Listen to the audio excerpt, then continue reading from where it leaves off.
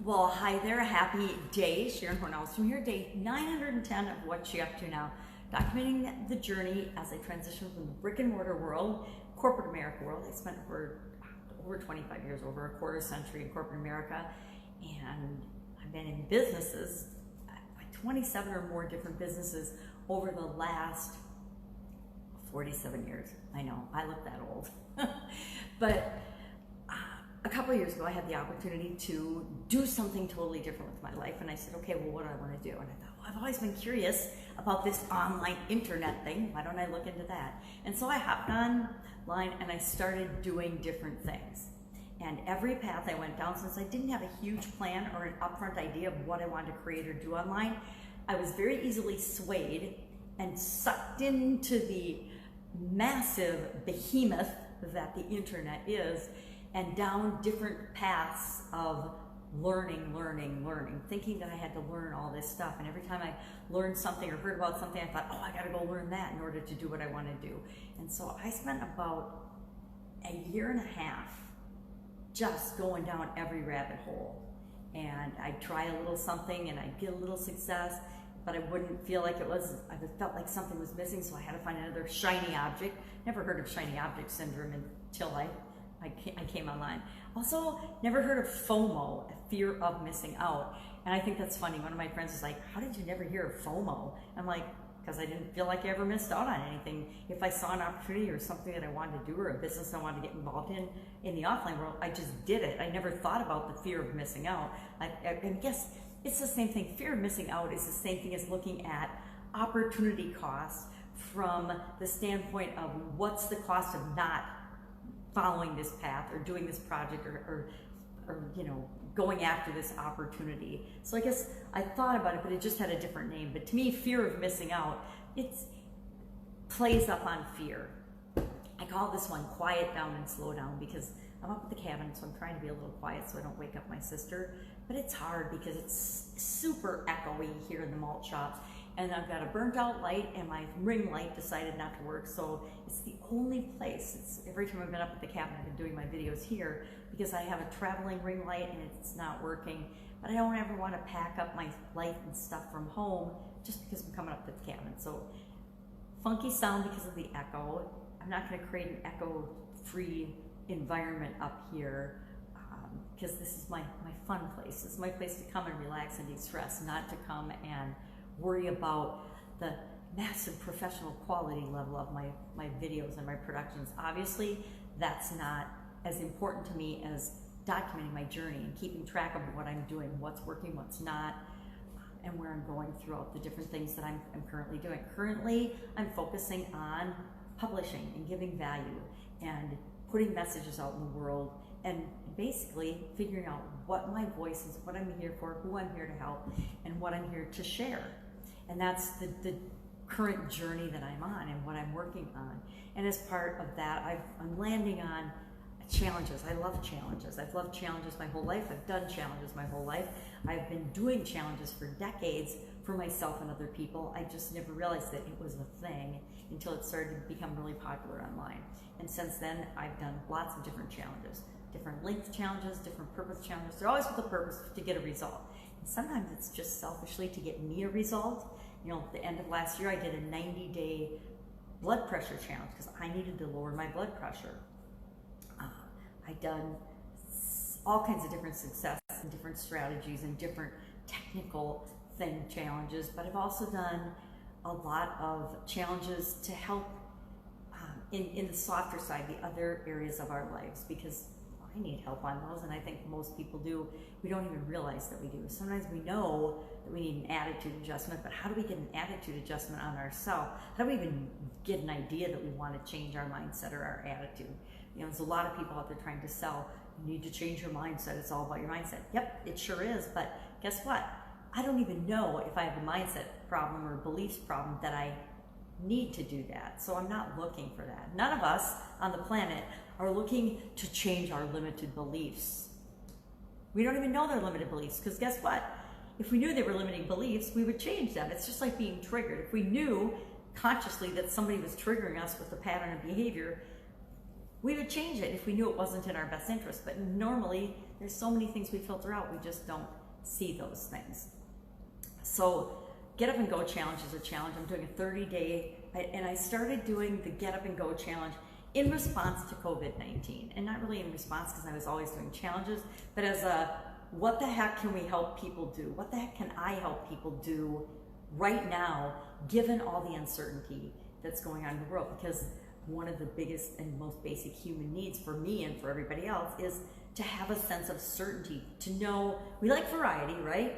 But we also hate uncertainty. We need to know where our next meal is coming from, where we're gonna lay our head down and sleep at night, that we're safe and, I mean, physically free from harm. Not a lot of that going on right now. I mean, I live in a town that I assumed and felt would always be 100% safe until, I live close to Minneapolis, until the rioting things began in Minneapolis. And then guess what? We didn't feel safe. And it doesn't have a frickin' thing to do with white privilege. It has to do with the politics and the nonsense that's going on in our country right now. And frankly, there's a whole lot of people that should feel very, very ashamed right now, because what's going on in America is not protests. Once you cross that line of violence, it ain't protesting anymore. It is illegal action that needs to be addressed. And everyone needs to be 100% responsible and accountable for their personal choices and actions and activities. Everybody, all of us, me included. If I do something wrong, I expect 100% to be held accountable to the consequences of that choice that I made to do something wrong. I don't care what it is. But once you cross that line, don't call it something different because you're in the media. That's not reporting. I'm so frustrated, and I don't even watch the news, so I'm not even as frustrated as most people. But I'm getting off on a tangent. I'm backing up, taking a deep breath, having a drink of water, and moving on. So, Get Up and Go Challenge was response to the uncertainty that's going on at least in my neck of the woods and in the United States as a whole, in response to that, so that we can personally manage our own situation, because nobody's going to do it for us. That was the topic of the preliminary Get Up and Go challenge day. I'm going to do a 30-day challenge starting August 1st on my Get Up and Go challenge page, and leading up to that, instead of just not doing anything between two challenges, I've done, in the whole month of April, I did a 30-day Get Up and Go challenge. I guess I didn't do it by myself. And then in June through July 10th, we did a 40-day challenge. And then I went really 48 days, but then I thought, okay, well, I'm gonna do another challenge in August, starting August 1st. But instead of just not doing anything for that 10 or 11 days, I thought, why not share some of the biggest lessons that I've learned? And guess what? I can't do it for you, but I can sure share my experience and hopefully shortcut the process of figuring out some of these things for yourself. I mean, and maybe you already know that nobody can do it for you. Maybe you know that ultimately you're the one that is got to choose what's right for you in your life, but a lot of people don't. I lived a lot of years in my life thinking I didn't have any control over my life, over the choices, over the feelings. I just thought I had to respond like everybody else to what was out there in the world. And I have a right and the ability to consciously think about and choose how I want to react and respond to things. I don't have to just go along with the crowd, because guess what? A lot of times the crowd is wrong. Just because a lot of some people believe or think something does not mean it's true. Remember when everybody thought the world was flat? Remember when people thought we couldn't break a 4-minute mile? Remember when people didn't believe it was possible to fly? It wasn't possible because they didn't believe it was possible. But once people believe and understand and somebody does it, all of a sudden it's possible, and it opens up the floodgates for possibility for other people. And we need to use that personal power in positive ways, not in negative ways. We need to use that personal power to make the world a better place, to make our environments and our communities and our lives better, not worse. I would love to have one person tell me how rioting and violence and crime makes the world a better place. It doesn't. So you can kid yourselves and sugarcoat it and listen to the mainstream media and Facebook and everybody else and think that it's okay, but in your heart, you know it's not okay. You know it's not okay to burn down. Everybody, all of us know it's not okay to burn down another person's property. It's not okay to harm other people. It's not okay to murder and burn and kill and hurt and harm another human being. It's not frickin' okay. All right, again, back off on that tangent. Fun challenge today was all about being comfortable in your own skin. It says be a turtle and where do you feel as comfortable as a turtle feels in his or her shell? And share that in the comments below. Supersize your business idiom today was laugh out of the other side of your mouth.